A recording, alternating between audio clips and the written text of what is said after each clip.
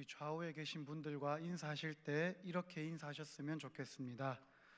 그리스도인 여러분, 참 잘 오셨습니다. 우리가 인사했듯이 저와 여러분들을 지칭할 수 있는 단어 중 하나가 바로 이 그리스도인이라는 단어입니다. 이 단어의 의미는 그리스도를 따르는 사람들, 그리스도를 따르는 무리라는 의미를 갖고 있습니다. 즉, 이 단어로 불리는 사람들은 예수 그리스도를 따르는 사람들이라는 것입니다. 참 귀하고 복된 명칭이 할 수 있습니다. 그런데 그리스도인으로서 이 땅을 살아가는 저와 여러분들의 삶을 한 걸음 다가가 살펴본다면 그것이 참 쉽지 않다는 생각을 갖게 됩니다. 그리스도인으로 살아가는 것이 참으로 어렵다는 사실을 우리는 알게 되는 것입니다. 예수님을 따르는 이들은 예수님처럼 예수님을 닮아 살아가는 사람들이며 또 예수님의 말씀을 따라가는 사람들입니다. 세상과는 구별된 모습으로 예수님께서 우리에게 주신 말씀을 따라 살아가는 것이 바로 우리가 서로에게 인사했던 것처럼 그리스도인의 삶이라고 할 수 있습니다. 그리고 그 속에서 주님이 주시는 감사와 기쁨을 누리며 사랑이신 그리스도를 닮아 이 땅에 그 사랑을 전하는 것이 그리스도인의 삶이며 저와 여러분들이 살아내고자 하는 삶의 모습일 것입니다. 하지만 우리의 삶을 돌아본다면은 이 세상 가운데 살아가면서 우리를 둘러싼 환경과 그 속에서 우리 삶에서 놓인 문제들을 바라볼 때 과연 내가 말씀에 합당한 삶을 살아가고 있는가? 그리스도인으로서의 삶을 살아가고 있는가? 라고 스스로에게 물어본다면 부끄럽게도 대답을 하지 못하고 침묵으로 대답을 대신하게 될지도 모릅니다. 그렇게 삶을 살아갈수록 내가 아는 예수님의 모습, 내가 따르기를 소망하는 예수님의 모습, 그것을 따라서 잘 살고 싶은데, 나도 맡겨주신 사명을 따라 잘 감당하고 싶은데 정작 나의 모습은 왜 이렇게 다른 것인지, 머리로는 예수님을 따르는 삶을 사모하면서도 정작 삶 속에서는 예수님이 아닌 나를 따르는 삶, 내가 뜻대로 생각하고 행하는 삶에 머물 수밖에 없는 것인지도 모릅니다. 이러한 무거운 고민을 안고 저는 여러분들과 함께 오늘 본문 말씀을 나누고자 합니다. 오늘 본문 말씀은 우리가 잘 알고 있는 말씀입니다. 예수님께서 제자들을 부르시는 내용입니다. 결론부터 말씀드리자면 그들은 모든 것을 버려두고 예수님을 따라갑니다. 11절 말씀을 함께 읽기 원합니다. 함께 읽겠습니다. 그들이 배들을 육지에 대고 모든 것을 버려두고 예수를 따르니라. 아멘. 어부였던 그들은 배들을 육지에 대고 모든 것을 버려두고 예수님을 따르게 되었습니다. 제가 서두에 말씀드렸던 우리가 안고 있던 고민에 대해 이 사람들은 믿음으로 반응을 한 것입니다. 과연 그들은 어떻게 그렇게 반응할 수 있었을까요? 본문을 좀 더 자세히 살펴보고자 합니다. 1절에서 3절에서는 본문의 배경에 대해서 설명해 주고 있습니다. 무리가 예수님께로 몰려와서 하나님의 말씀을 듣고자 하고 예수님께서는 게네사렛 호숫가에 있는 배 두 척 중에 한 배에 오르셔서 하나님의 말씀을 선포하십니다.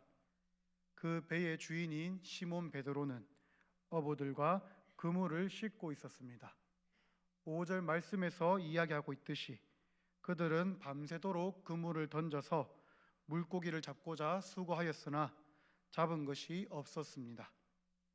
그 당시 갈릴리 호수에서는 낮보다는 밤에 훨씬 많은 고기가 잘 잡혔기 때문에 어부들은 밤에 열심히 고기를 잡고 그 잡은 고기를 낮에 팔았다고 합니다.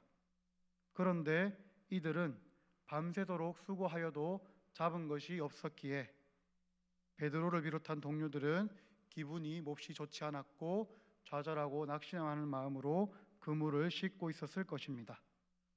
그런 베드로에게 예수님께서는 4절 말씀을 말씀하고 계십니다. 4절 말씀을 제가 읽어드리겠습니다. 말씀을 마치시고 시몬에게 이르시되 깊은 데로 가서 그물을 내려 고기를 잡으라. 아멘. 이 말씀을 읽고 있는, 이 시대를 살아가고 있는 저와 여러분들은 이 말씀을 하시는 분이 하나님의 아들이신 예수님이라는 사실을 알고 있기에 이 4절 말씀에 대해서 그러려니 하고 이해할 수 있습니다. 하지만 예수님의 이 말씀을 그 당시에 직접 들었던 베드로는 조금 달랐을 것 같습니다. 베드로에게는 이 말씀이 다르게 들렸을 것 같은 첫 번째 이유로는 먼저 베드로가 그의 직업이 어부였기 때문입니다. 딱 봐도 어부와는 거리가 멀어 보이는 예수님이 평생을 어부로 살아온 베드로에게 어업에 대한 조언을 한다는 것은 사실 조금 웃긴 일이기도 합니다. 흔히 말하는 것처럼 번데기 앞에서 주름을 잡는다고도 하는데 평생을 어부로 살아온 베드로에게 물고기 잡는 일에 대해서 조언하는 것은 베드로가 듣고 따르기에는 코웃음을 칠 수밖에 없는 그러한 사실을 우리는 이해할 수 있습니다. 그렇기 때문에 예수님의 말씀을 베드로가 따르기 어려운 것입니다. 그리고 또 베드로가 예수님의 말씀을 따르기 어려운 일로는 바로 조금 전까지 그물을 싣고 있던 그들이 바로 조금 전까지 하고 있었던 것이 바로 물고기를 잡기 위해 밤새도록 그물을 던지는 일이었기 때문입니다. 예수님께서는 지금 베드로에게 조금 전까지 그들이 밤새도록 실컷 고생하고 허탕치고 돌아온 일을 다시 가서 하고 오라고 말씀하고 계시는 것입니다. 거기다가 그 말씀에 순종한다면 이미 씻고 온 그물을 또다시 던져야 할 텐데 그러면은 그 그물을 또 씻어야 하기 때문에 여간 귀찮은 것이 아니었을 것입니다. 그렇기에 베드로가 예수님의 말씀을 따르는 것은 우리가 보기에도 심히 어렵고 무리였다는 사실을 이해할 수 있습니다. 이러한 관점에서 본다면 예수님의 말씀에 대한 베드로의 반응으로 적절해 보이는 것은 예수님의 말씀을 거절하거나 무시하는 것입니다. 오히려 밤새도록 고생하고 온 사람에게 무슨 말을 하냐면서 소리를 지르는 것이 우리가 알고 있는 베드로에게는 좀 더 어울리는 것처럼 보일 정도로 4절에서 말씀하시는 예수님의 말씀은 참으로 이해하기도 따르기도 어려운 것입니다. 그런데 여기서 더욱 이해하기 어려운 것은 예수님의 이 말씀에 대한 베드로의 반응입니다. 5절 말씀을 우리가 함께 읽겠습니다. 시작.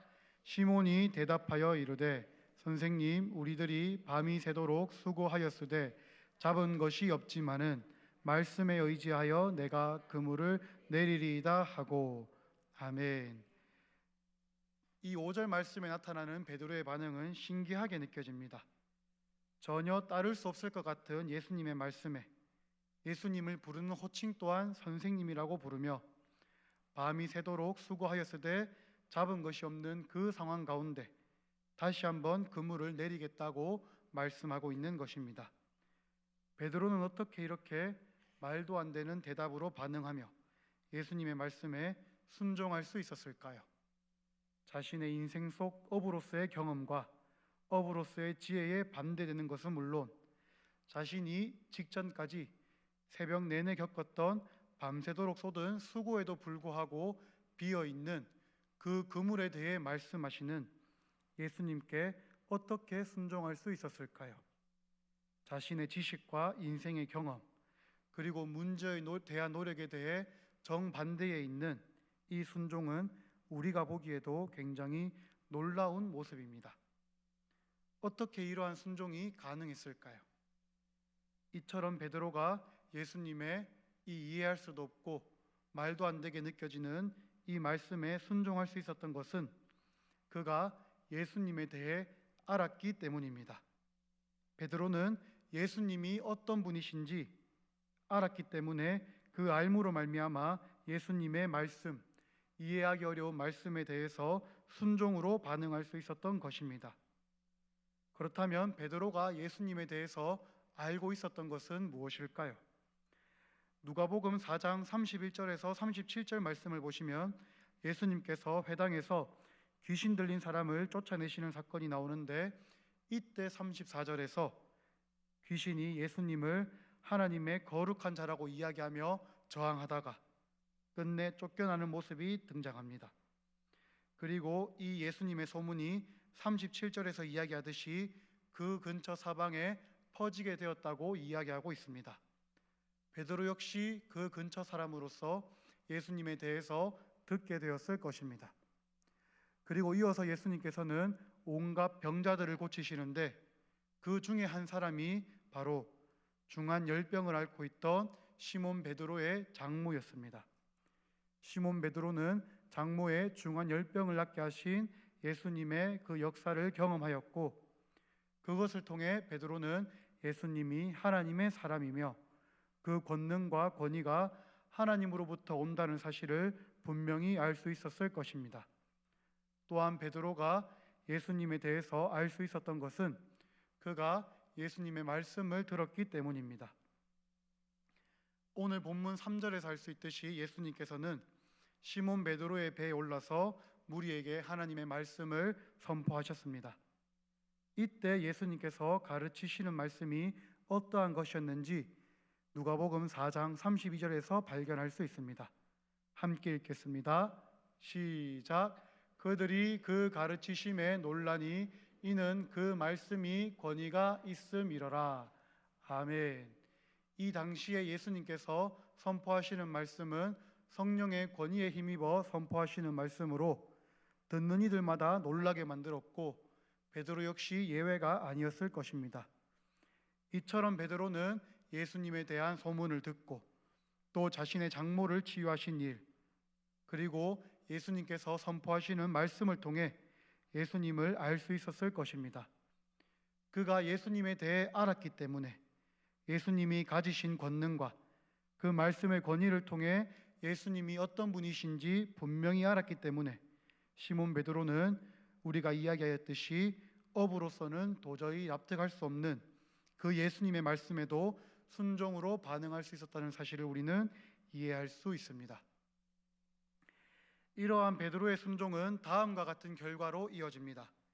이어지는 6절과 7절 말씀을 우리가 함께 읽겠습니다. 시작. 그렇게 하니 고기를 잡은 것이 심히 많아 그물이 찢어지는지라. 이에 다른 배에 있는 동무들에게 손짓하여 와서 도와달라 하니 그들이 와서 두 배의 채움에 잠기게 되었더라. 아멘.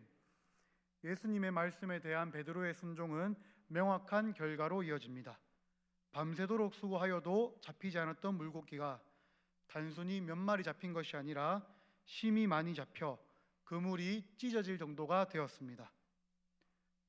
찢어질 정도가 되어 다른 배에 있는 동무들에게 도와달라 하여 두 배에 채웠더니 배가 잠길 정도가 되었습니다. 이것은 이들이 상상할 수 없는, 상상을 초월하는 수준의 결과였습니다. 어부들에게 그물이 찢어지고 배가 잠기는 것은 상상도 하기 싫은 일일 것입니다. 그물이 찢어지면 잡았던 고기들을 다 놓치게 될 것이고, 배가 잠기게 된다는 것은 자기들의 생명에도 직결되는 것이기 때문에 어부들은 이 두 가지 사태에 대해서 평소에 철저하게 대비하였을 것입니다. 하지만 이처럼 어부에겐 상상도 하기 싫은 일이 일어날 정도의 결과이니 베드로와 그 동무들에게는 놀랄 수밖에 없는 일이었을 것입니다. 이처럼 단순한 수준의 일이 아니라 자신들의 사고와 상상을 뛰어넘는 이 놀라운 기적과도 같은 일을 겪은 베드로는 다음과 같이 반응합니다. 8절 말씀을 함께 읽겠습니다. 시작. 시몬 베드로가 이를 보고 예수의 무릎 아래에 엎드려 이르되 주여 나를 떠나소서 나는 죄인이로소이다 하니. 아멘. 베드로는 이러한 일들을 겪으면서 누구보다 겸손한 자세로 예수님 앞에 엎드립니다. 그리고 그는 자신이 죄인이라고 고백합니다. 베드로의 이렇게 지극히 겸손한 모습은, 순종의 반응에 따른 겸손한 반응은 그 유사한 모습이 성경에 곳곳에 나타나는데, 그 중에 하나가 바로 구약 시대에 떨기나무 속에서 하나님의 음성을 들었던 모세의 반응입니다. 모세는 떨기나무의 광경 속에서 들리는 하나님의 음성을 들었고 그 음성을 듣자마자 신을 벗고 엎드렸습니다. 그것은 바로 모세가 하나님을 경험하였기 때문에 할 수 있는 겸손의 반응이었습니다. 베드로 역시 마찬가지였습니다. 말도 안 되는 예수님의 말씀이었으나 예수님을 알았던 베드로는 그 말씀에 순종하였고 그 순종의 결과로 나타난 사건을 통해 베드로는 예수님 앞에 선 자신이 죄인이라는 겸손의 반응으로 엎드릴 수 있었던 것입니다. 사랑하는 성도 여러분, 오늘 우리는 베드로의 모습을 통해 저와 여러분들의 모습을 발견할 수 있기를 소망합니다.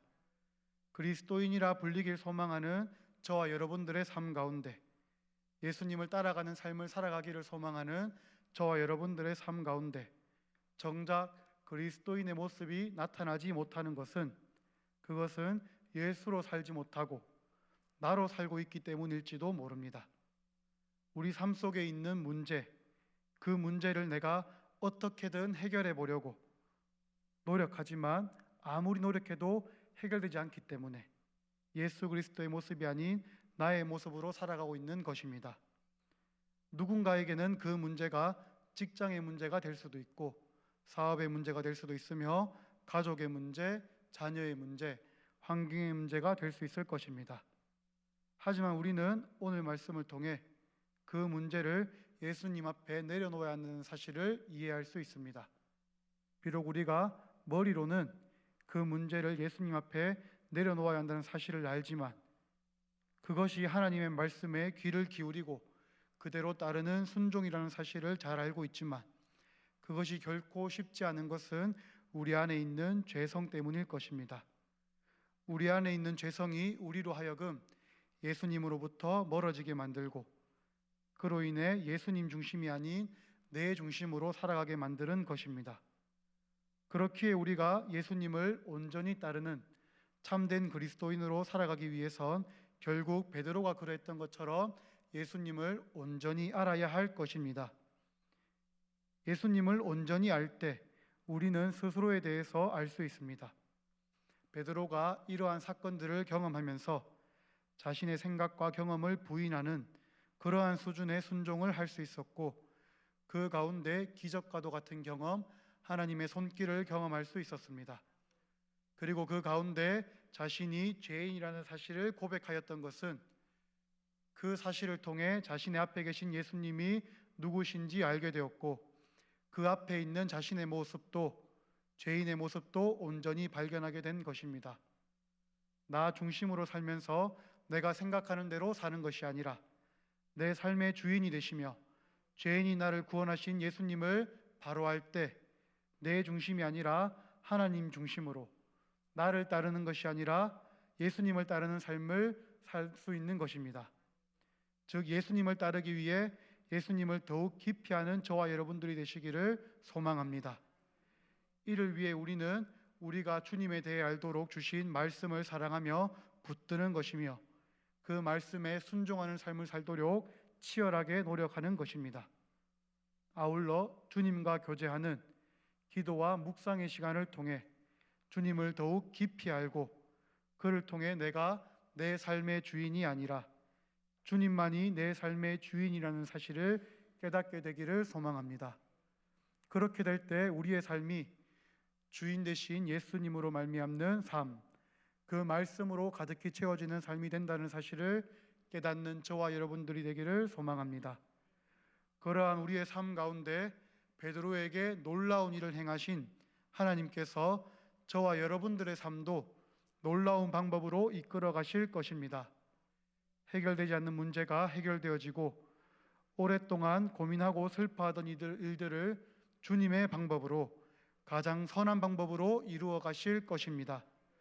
이러한 신앙의 경험, 믿음의 경험들을 통해 우리는 예수님을 깊이 알게 되고 그렇게 깊이 알게 되면 알게 될수록 나의 삶의 주인이 바뀌게 되며 나를 따르는 것이 아니라 예수님을 따르는 삶을 살아가게 될 줄 믿습니다. 이처럼 예수님을 온전히 알게 된 베드로에게 예수님께서는 새로운 말씀을 주셨습니다. 그리고 그에 대해 베드로와 일행들은 반응합니다. 10절과 11절 말씀을 우리가 함께 읽기 원합니다. 함께 읽겠습니다. 시작. 세베대의 아들로서 시몬의 동업자인 야고보와 요한도 놀랐음이라. 예수께서 시몬에게 이르시되 무서워하지 말라. 이제 후로는 내가 사람을 취하리라 하시니 그들이 배들을 육지에 대고 모든 것을 버려두고 예수를 따르니라. 아멘. 예수님께서는 베드로와 다른 제자들에게 이제 후로는 사람을 취하는 자, 사람을 낚는 자가 되라고 말씀하십니다. 예수님을 따른다는 것은 결국 사람을 취하는 것입니다. 죽음 속에 있는 사람들을 예수님의 말씀으로 건지는 것이 예수님을 따르는 자들이 해야 할 궁극적인 삶의 목표인 것입니다. 따라서 저와 여러분들의 삶도 여기에 초점이 맞추어져야 할 것입니다. 여전히 복음을 알지 못하고 죽음 가운데 고통받고 있는 자들을 우리는 취해야 합니다. 그들에게 복음을 전하고 또 우리의 삶 가운데 놀라운 방법으로 역사하시는 하나님을 선포하고 나아가 그들에게 그리스도인의 삶의 본이 되어야 하는 것입니다. 그것이 우리를 통해 이루시고자 하시는 하나님의 뜻이며 예수님께서 우리에게 주신 예수님을 따르는 삶의 궁극적인 목표라는 사실을 기억하는 저와 여러분들이 되기를 소망합니다. 예수님을 깊이 알고 사모하며 이를 통해 내 삶의 주인이 되신 예수님이 내 삶을 통해 내 입술과 내 발자국을 통해 드러날 때 사람을 취하는 예수님을 따르는 참된 그리스도인이 될 줄 믿습니다. 수많은 제자들이 사도행전을 통해 이러한 삶을 살아갔습니다. 예수님을 따르며 수많은 사람들에게 목숨을 던지면서까지 복음을 전하였습니다. 저와 여러분들도 이러한 제자들의 삶을 본받는 참된 그리스도인이 되기를 소망합니다.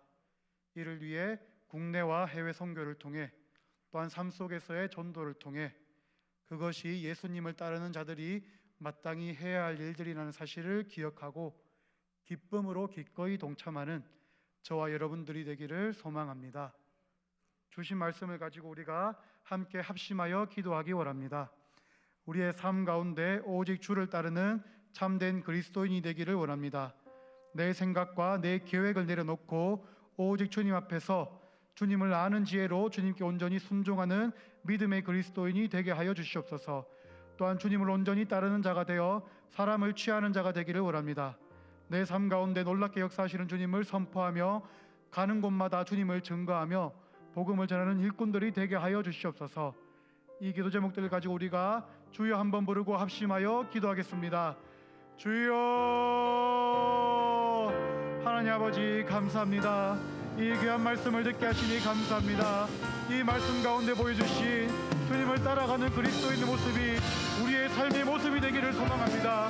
우리의 삶 가운데 그 많은 문제들로 인해 그 환경들로 인해 우리가 소망하지만 주님을 따르지 못하는 삶이 우리의 삶이었음을 고백합니다. 주여, 그러나 우리가 이 말씀을 붙들고 나갈 때에 이제 후로는 우리가 주님을 따르는 자로서 사람을 취하는 자로서 온전히 세워져 가기를 소망합니다.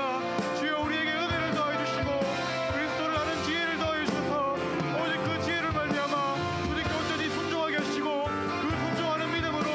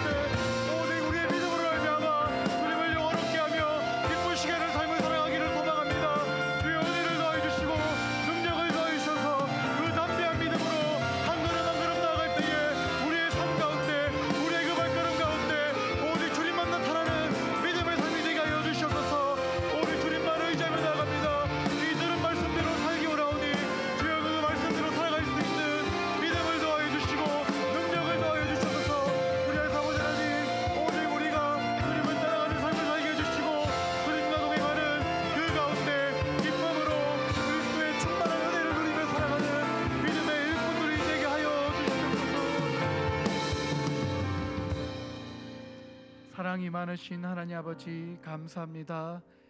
부족한 종을 통해 이 귀한 말씀이 선포되지게 하시니 감사합니다. 들을 말씀이 들려지게 하시고 이 말씀 가운데 주님의 음성을 듣게 하시고 그 말씀대로 살겠다 결단하는 우리 성도님들 한 사람 한 사람이 되게 하여 주시옵소서. 이 땅을 살아갈 때 우리의 연약함과 부족함을 주님께 내려놓습니다. 우리는 주님을 따르기에 너무나 부족하고 연약하지만 우리에게 주님을 아는 지혜를 더하여 주시옵소서.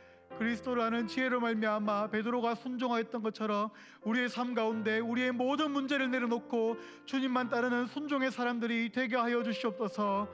그래서 아버지 하나님, 우리의 삶 가운데 역사하시는 주님을 믿음으로 바라볼 때에 놀라운 방법으로 우리의 상상을 초월하는 그 방법으로 역사하시는 주님을 우리가 경험하며 그 경험한 주님을 우리가 우리의 삶 가운데 믿음으로 선포하고 증거하는 믿음의 삶을 살아내는 주의 성도들이 되게 하여 주시옵소서.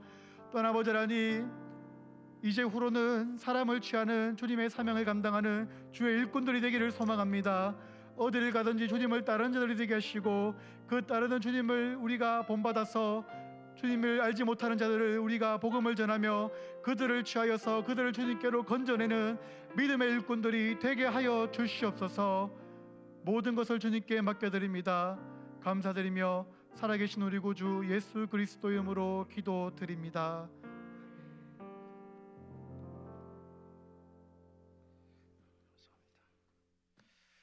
5월 대륙별 선교 기도의 시간입니다. 기도할 대륙은 앞에 화면에 보시면 중동 지역인데요, 미나 지역이라고도 부릅니다. 우리 교회가 4개국 4가정 선교사님들과 연결되어서 기도로 또 물질로 협력하고 있습니다.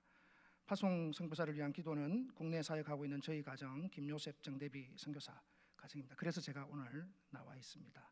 파송 선교사 가정에 또 주님께서 하나님께서 부어주신 그 마음과 함께 또 이 지역 중동 지역에 대해서 잠시 소개해드리고 함께 기도하면 더 깊은 기도의 시간이 될 줄로 믿습니다. 먼저 중동 땅을 향한 하나님의 마음을 담은 성경 말씀을 한번 읽고 가면 좋겠습니다.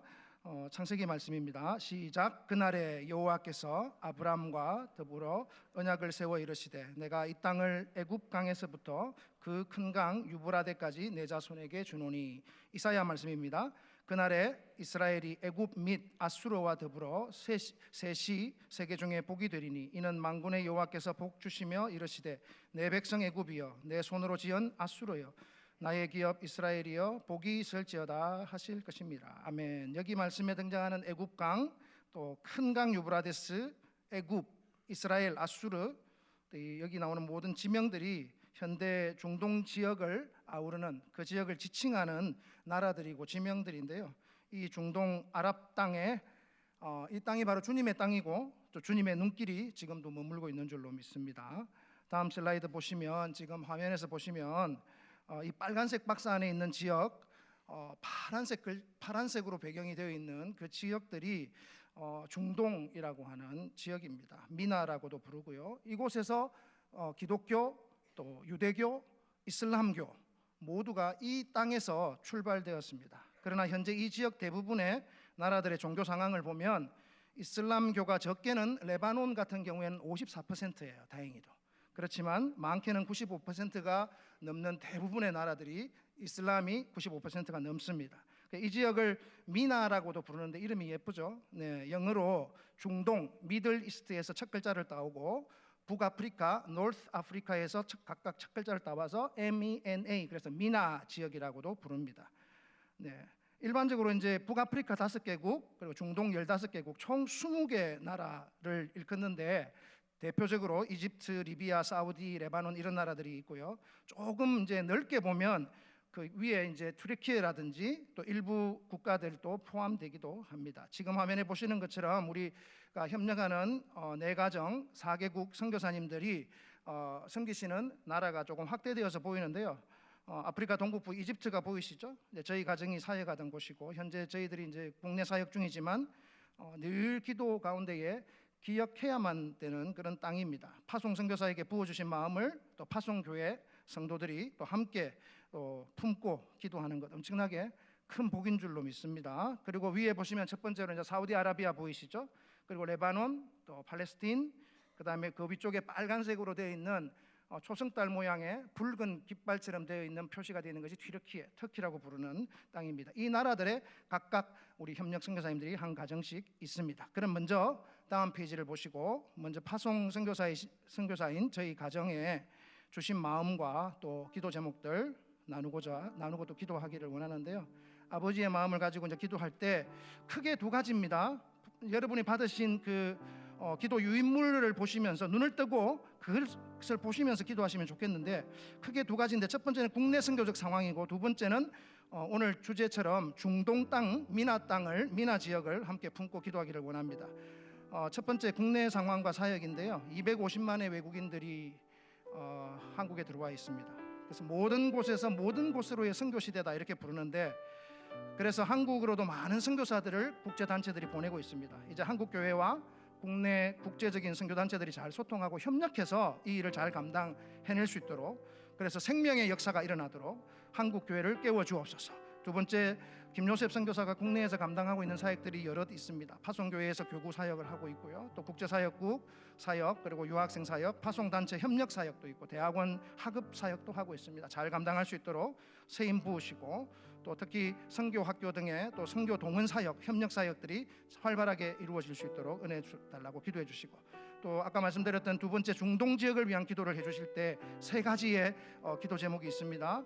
이집트를 비롯한 중동 20개국에 특별한 은혜 부으셔서 마지막 시대 이 나라와 이 종족을 향한 아버지의 마음을 품은 선교사들을 더 많이 일어나게 하여 주옵소서. 한국 교회뿐만 아니라 전 세계적으로 많은 선교사들을 이 땅 가운데 보내어 주옵소서. 두 번째는 현지에 그루터기로 남겨두신 교회들과 교인들이 있습니다. 소수지만 복음의 능력이 다시 일깨워지게 하시고 복음을 담대히 전하게 하시고 보내신 선교사들과 잘 동력하여 생명 구원의 역사가 더 크게 일어나게 해달라고. 그리고 세 번째로는 친히 역사해달라는 것인데요. 실제 그런 일들이 일어나고 있습니다. 그 땅에 진리를 갈구하는 사람들이 하나님께서 남겨주셨는데 꿈과 환상으로 그들 가운데 나타나셔서 예수 그리스도의 영광과 능력을 드러내주시고 마지막 시대 영적 지각의 변동이 중동 땅에 일어나게 하셔서 주님 오심을 앞당기는 역사가 있게 하여 주옵소서. 이 기도 제목들 파송 선교사 사역 생각하시면서 한국교회를 위해서 또 아버지의 눈길을 머물고 있는 이 중동 땅을 위해서 주님 이름 한번 간절히 부르짖고 합심하여 기도하며 나아갑니다. 주여, 살아계셔서 역사하시는 하나님 아버지 하나님, 오늘 이 시간 드릴 선교 기도를 통하여서 아버지 하나님, 우리의 마음이 가 있는 하나님의 눈길이 가 있는 중동 땅을 주님 손에 올려드리게 하셔서 감사합니다. 아버지 하나님, 이 밤에 우리가 기도할 때에 주님께서 그 땅 가운데 친히 일하여 주실 줄로 믿습니다. 하나님, 특별히 먼저 파송 선교사인 부족한 가정을 주님께 올려드립니다. 250만의 외국인들이 한국에 많이 와 있습니다.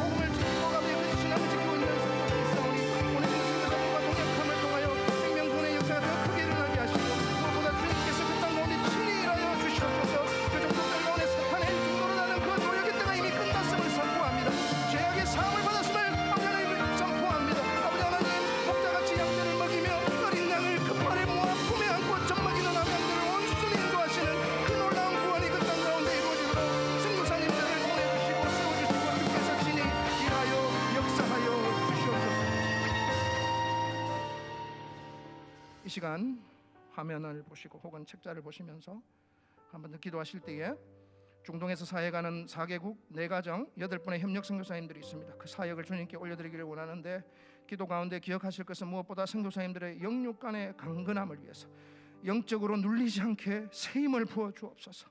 특별히 선교사 자녀들을 눈동자같이 지켜 주시옵소서. 이렇게 기도하시기를 원합니다. 그리고 가장 먼저 비교적 복음화가 어느 정도 이루어져서 교회 활동과 선교사 비자가 또 가능한 지역인 레바논의 이호선 이미경 선교사님 위해서 기도합니다. 가정교회 모임을 하고 있습니다. 그 모임이 은혜 가운데 잘 확장되게 하시고 성령의 역사가 넘치게 하시고, 특별히 난민 가정을 섬길 때 피로들을 주님 채워주시기를 소원합니다.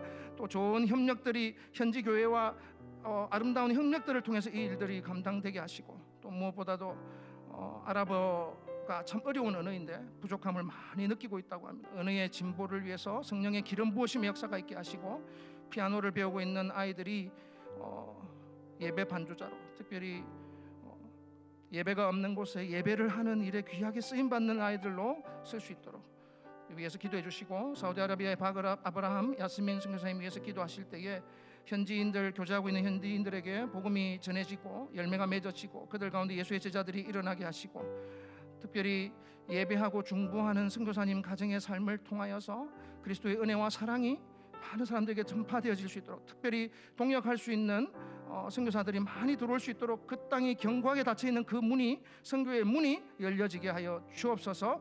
특별히 예수님의 탄생지인 베들레헴에서 사역하고 있는 강태훈 오창임 선교사님 위해서 기도하실 때 수많은 순례객들이 찾아오지만 이곳이 영적으로 황폐화되어지고 많은 사람들이 이슬람으로 돌아가고 있는 그러한 상황 가운데 복음이 정말 필요한 단순히 성지가 아닌 땅끝 선교지로 바로 알고 기도할 수 있도록 선교센터를 사용하여 주옵소서. 특히 한방 클리닉, 그리고 또 한글 학교, K-팝 교실 등의 한국 문화를 위한, 한국 문화를 통한 것이 그들과 접촉하고 소통하는, 복음을 전할 수 있는 도구로 잘 활용되어질 수 있도록 위해서 기도해 주시고, 강선교사님, 오선교사님의 그 건강을 위해서, 그리고 마지막으로 튀르키예에서 사역하고 있는 홍다니엘 김에스더 선교사님, 튀르키예의 경제가 상당히 이제 물가가 상당히 상승하고 있어서 어려운 가운데 있습니다. 튀르키예 경제가 회복되게 하시고 물가가 안정되게 하시고 특히 비자 발급이 원활하게 되게 하여 주옵소서. 만나고 있는 현지인들에게 복음을 담대하게 또 지혜롭게 전하게 하시고 그 만남 가운데 선교사님의 안전을 눈동자같이 지켜 주시옵소서. 이 네 분의 선교사님들, 레바논, 그리고 사우디아라비아, 팔레스틴, 투르키에 사역하시는 이 4가정 8분의 선교사님들 위해서 합심하여 주님 이름 한번 간절히 부르짖고 합심하여 마지막으로 기도하며 나갑니다. 주여, 살아계셔서 역사하신 아버지 하나님, 아버지 하나님, 중동 땅, 척박한 땅에서 아버지 하나님 주님의 복음을 듣고 아버지 하나님 변신하고 있는 귀한 선교사님 4가정 8분의 선교사님들이 있습니다. 아버지 하나님, 이 선교사님들에게 아버지의 눈이 머물고 있는 줄 믿습니다. 아버지 영육간의 강건함을 부어 주옵소서. 아버지 하나님, 원수의 아버지 하나님, 그러니까 직과도 같은 그곳에 아버지 영적으로 누리지 않고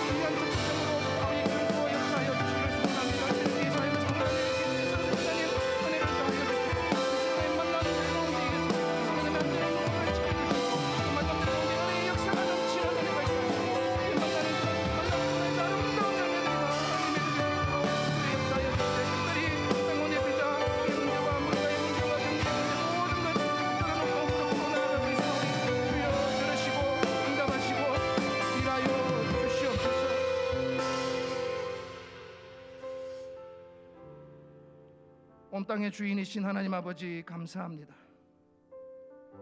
정말 이 귀한 교회를 통해서 전 세계 열방 가운데 귀한 선교사님들 후원하며 기도할 수 있도록 인도하셔서 감사합니다. 지금까지도 저희 교회를 귀하게 선교의 도구로 사용하셨는데 계속해서 더 놀랍게 사용하실 줄을 믿습니다. 하나님, 이슬람의 강력한 진이 버티고 있는 중동 지역을 긍휼히 여겨 주시옵소서. 이 척박한 땅에 복음의 빛이 비치게 하여 주옵소서. 이 불쌍한 심령들을 복음의 진리로 아버지 하나님 기경하여 주시기를 소원합니다. 사우디아라비아가 주님의 땅입니다. 이집트가 주님의 땅입니다. 팔레스타인이, 튀르키예가, 레바논이, 중동 인미나 지역의 25개 모든 나라들이 주님 다스리시는 주님의 땅임을 선포합니다. 주님 친히 일하여 주시고 2000년 전에 그 사도들의 복음의 그 열정으로 꼽혔던 그 부흥의 역사가 다시금 이 땅 이 나라들 가운데에 찾아오게 하시고 영적인 아랍의 봄 그리스도의 계절이 이 땅 가운데 임하게 하여 주시옵소서. 중동 지역을 위해서 눈물 뿌려 기도하는 우리 북한 온 성도들과 또 전 세계 교회 온 성도들 간절한 기도를 들으시고 이곳에서 기도할 때 실시간으로 응답의 역사가 그 땅 그 나라들 가운데 그 믿음의 공동체들 가운데 그 선교 현장 가운데에 그대로 역사하실 줄로 믿습니다. 주님께서 그곳에 보내신 주의 종들 선교사님들에게 영육의 강건함을 더하여 주시고 체력을 더하시고 날마다 새 힘을 부어 주옵소서. 또한 언어에도 성령의 기름 부으심이 있게 하셔서 담대히 그 언어로 복음을 전하게 하여 주시옵소서. 특별히 중동지역 선교사 자녀들의 장래를 책임져 주시고 부모 세대보다 더 그 땅을 그 민족을 사랑하는 이들이 그들 가운데 많이 일어나게 하여 주시옵소서. 영육간의 건강한 다음 세대로 자라서 그 땅을 향한 아버지의 마음을 알아 더욱 헌신하는 이들이 일어나게 하여 주시기를 소원합니다. 우리 교회가 파송하고 협력하는 40,000개 나라 90가정 172분의 선교사님들 사역 가운데에 아버지 하나님 복의 복으로 역사하여 주시고 선교사님들 사역 위에 풍성한 생명권의 열매를 맺게 하여 주시옵소서. 2023년도 여름 단기 선교가 은혜 가운데 준비되고 있습니다. 아버지 마음으로 열방을 바라보고 열방을 향한 열정, 영혼을 향한 구령의 열정, 하나님 나라 그 확장을 위한 소망을 품고 준비하고 달려가고 있사오니 온 성도들이 가는 선교사 보낸 선교사로 헌신하게 하시고 그들의 삶의 모든 영역 가운데에 선교적인 삶을 살아내는 능력을 부어 주시옵소서. 온 교회의 선교의 영으로 충만한 선교의 계절 되게 하여 주시옵소서. 모든 이 기도의 제목 들으시고 응답하시고 친히 일하실 하나님 홀로 존귀 영광 감사 받아 주옵소서. 다시 오실 우리 주 예수 그리스도의 이름으로 간절히 기도 올리옵나이다. 아멘. 우리 주 예수 그리스도의 크신 은혜와 아버지 하나님의 놀라운 사랑과 성령님의 감화 감동 교통하심이 나의 삶의 주인 되신 주님으로 간절히 고백하며 주님만 따르는 제자로 살겠습니다. 주님의 부르심 앞에 온전히 순종하며 나아가겠습니다. 소원하는 모든 성도들과 세계 열방의 선교사님들, 특히 척박한 중동 미나 지역에서 생명 걸고 헌신하시는 선교사님들과 중동 땅에 그루터기로 남기신 주의 교회들과 그 성도들의 머리 위에 지금으로부터 충만히 함께 있을지어다. 아멘.